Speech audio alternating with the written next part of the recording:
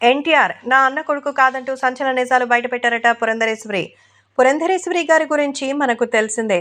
ఆమె బీజేపీకి సంబంధించి కీలకమైన నేతగా ఉన్నారు. బీజేపీలో ఆమె ఎంతో అద్భుతమైనటువంటి మెజారిటీతో రీసెంట్గా భారీ సక్సెస్ని సాధించినటువంటి సంగతి తెలిసిందే. అంతేకాకుండా తాజాగా మరి ఆమె సంచలనమైనటువంటి విజయాన్ని నమోదు చేశాక జూనియర్ ఎన్టీఆర్ని కూడా కలిసినట్టుగా తెలుస్తోంది. సో జూనియర్ ఎన్టీఆర్ సాధించినటువంటి ఈ విజయం అందరికీ కూడా చాలా చాలా ప్రత్యేకమని చెప్పాలి. సో ఎన్టీఆర్ అయితే ప్రత్యేకంగా తన మేనత్త అయినటువంటి పురంధరేశ్వరి గారికి శుభాకాంక్షలు అంటూ చెప్పారు. అయితే ఈ శుభాకాంక్షలు అందించిన తర్వాత వీటికి సంబంధించిన పలు విషయాలు సైతం సోషల్ మీడియాలో సైతం ఎంతో వైరల్గా మారుతోంది. ఏది ఏవైనా అభిమానులు కూడా వీటి గురించి తెలుసుకొని ఒక్కసారిగా షాక్లో ఉన్నట్టుగా అయితే సమాచారం.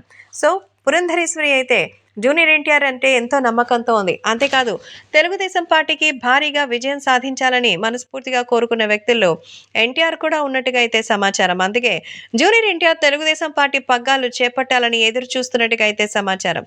యంగ్ టైగర్ ఎన్టీఆర్ తెలుగుదేశం పార్టీలో భారీ విజయం సాధించి అద్భుతమైన మెజారిటీతో ముందుకు దూసుకెళ్లాలని అయితే కోరుతున్నారు.